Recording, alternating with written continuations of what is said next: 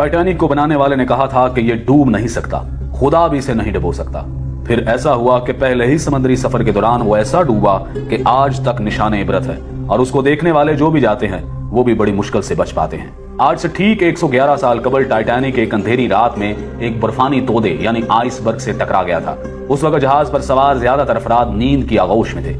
हादसे के वक्त टाइटैनिक 41 किलोमीटर फी घंटा की रफ्तार से इंग्लैंड के शहर साउथहैम्पटन से अमेरिका के शहर न्यूयॉर्क की तरफ जा रहा था और सिर्फ 3 घंटे के अंदर 14 और 15 अप्रैल 1912 की दरमियानी रात टाइटैनिक बहरे ओकेयानूस में डूब गया। वो जहाज जिसके बारे में कहा जाता था कि वो कभी नहीं डूबेगा, न सिर्फ चंद घंटों में समंदर में गर्क हो गया बल्कि इस हादसे में 1500 के करीब अफराद भी हलाक हुए। 111 साल बाद भी उसे सबसे बड़ा समंदरी हादसा समझा जाता है। सितंबर 1985 में इस जहाज की बाकियात को बहरा ओकेयानूस में जाए हादसे से हटा दिया गया था।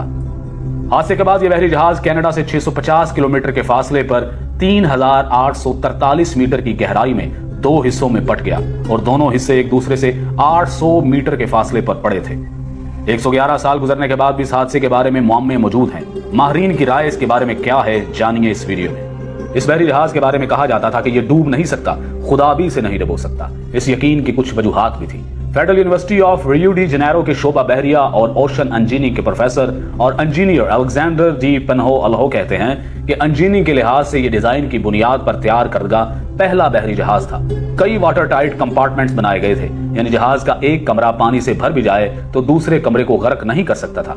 वो बताते हैं कि इस जहाज की तैयारी के दौरान कुछ मुश्किलात पेश आई थी, जैसा कि जहाज की ऊंचाई कितनी रखी जाएगी ताकि बिजली की तारें और पानी के पाइप ठीक से काम कर सके। इस पर बहुत सोच विचार की गई थी। प्रोफेसर अल्हो के मुताबिक इस पर गौर करने के बाद उस वक्त के इंजीनियर्स ने जहाज की ऊंचाई का तायुन किया। यहाँ तक कि सैलाब की सूरत में उन्होंने अंदाजा लगाया कि पानी छत की ऊंचाई तक नहीं पहुंचेगा। उन्होंने छत पर महफूज कंपार्टमेंट भी बनाए थे, लेकिन तब किसी ने बर्फ के तोदे से जबरदस्त टकराव का सोचा भी नहीं होगा। माहिरीन का कहना है कि तसादुम इतना जोरदार था कि जहाज की मेन बॉडी में जहाज की निसफ लंबाई तक सुराख हो गया था। ऐसी हालत में पानी डेक तक पहुंच गया था। जहाज पानी से भरने लगा था। ऐसी सूरत हाल में रेस्क्यू मुमकिन नहीं होता। आप पानी को निकालने के लिए जहाज में मौजूद तमाम पंप्स चालू कर सकते हैं, आप सब कुछ आजमा सकते हैं, लेकिन जिस रफ्तार से पानी अंदर आ रहा होता है उसी रफ्तार से उसे वापस बाहर नहीं फेंका जा सकता। एक जबरदस्त तसादुम के बाद जहाज की साख में तब्दीली आई और दरवाजे बंद नहीं हो रहे थे, वो भंस गए थे। टाइटैनिक को इस दौर में भी खालस स्टील से बनाया गया था, लेकिन उस वक्त का स्टील ऐसा नहीं था, आज की फौलाद की तरह मजबूत नहीं था। बड़े हादसों के बाद इसकी वजूहात में इंसानी गलतियां हमेशा पाई जाती हैं। माहिरीन के मुताबिक आइसबर्ग से भरे खित्तों से गुजरने में मुश्किलात के बावजूद इस पर सफर को तेजी से मुकम्मल करने का शदीद दबाव था। दरअसल ये दबाव ब्लू बैंड हासिल करने के लिए था। 1839 में शुरू होने वाला ये एजाज बहरा ओकेयानूस को अबूर करने वाले तेज तरीन जहाज को दिया जाता था।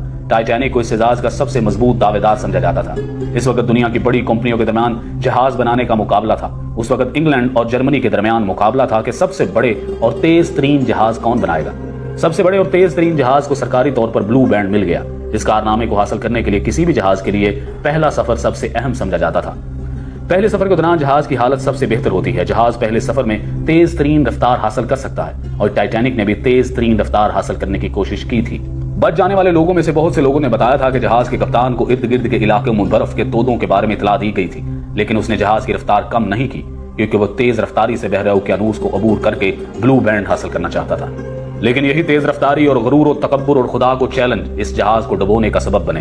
टाइटैनिक हादसे में 1500 के करीब अफराद हलाक हुए, जिसके बाद समुद्री जहाजों के हिफाजती निजाम को बेहतर बनाने की कोशिशें शुरू कर दी गई। इस हादसे के बाद समुद्री जहाजों की हिफाजत के लिए रडार जैसे आलात की तैयारी शुरू की गई। टाइटैनिक के हादसे में बहुत से लोग इसलिए मारे गए कि उनके पास लाइफ बोट्स नहीं थी, और टाइटैनिक में लाइफ बोट्स इसलिए भी कम थी क्योंकि उनका दावा था कि यह जहाज कभी नहीं डूब सकता।